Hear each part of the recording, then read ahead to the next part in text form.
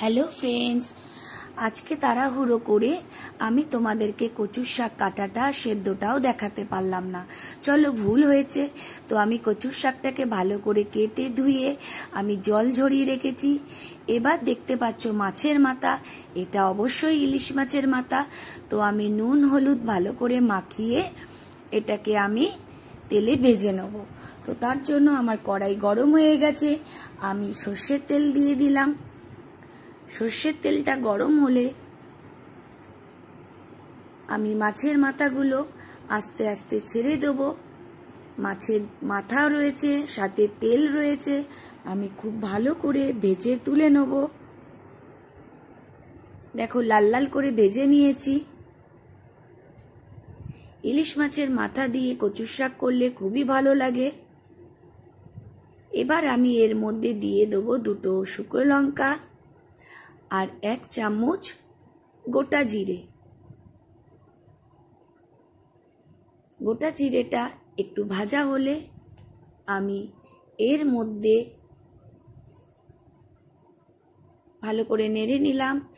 ভাজা হয়ে গেছে, এর মধ্যে সেদ্ধ করা কচুর শাকটা আমি দিয়ে দেবো। ভালো করে তেলের সাথে আমি মিশিয়ে নেব। এটা করতে কোনো ঝামেলা নেই।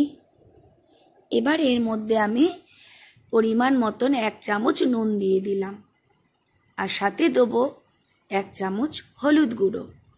খুব ভালোভাবে নুন হলুদ দিয়ে কচুর শাকটাকে আমি মিশিয়ে নেব। আর সাথে দিলাম 1 চামচ লঙ্কার গুঁড়ো। একসাথে এবার ভালো করে তেলের মধ্যে আমি এটাকে মিশিয়ে নেব।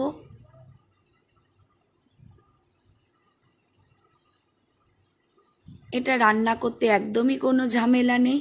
এবার আমি একটা স্ট্রেনারের সাহায্যে এই কচুর শাকটাকে খুব ভালো করে ঘেঁটে নিচ্ছি, যাতে নুন হলুদ লঙ্কার গুঁড়োর সাথে খুব ভালোভাবে মিশে যায়। তোমাদের কাছে এরকম স্ট্রেনার থাকলে ভালো, আর না থাকলে তোমরা একটা হাতার সাহায্যে হাতার পিছন দিক দিয়ে করতে পারো। কেটে রাখা কটা কাঁচা লঙ্কা আমি দিয়ে দিলাম।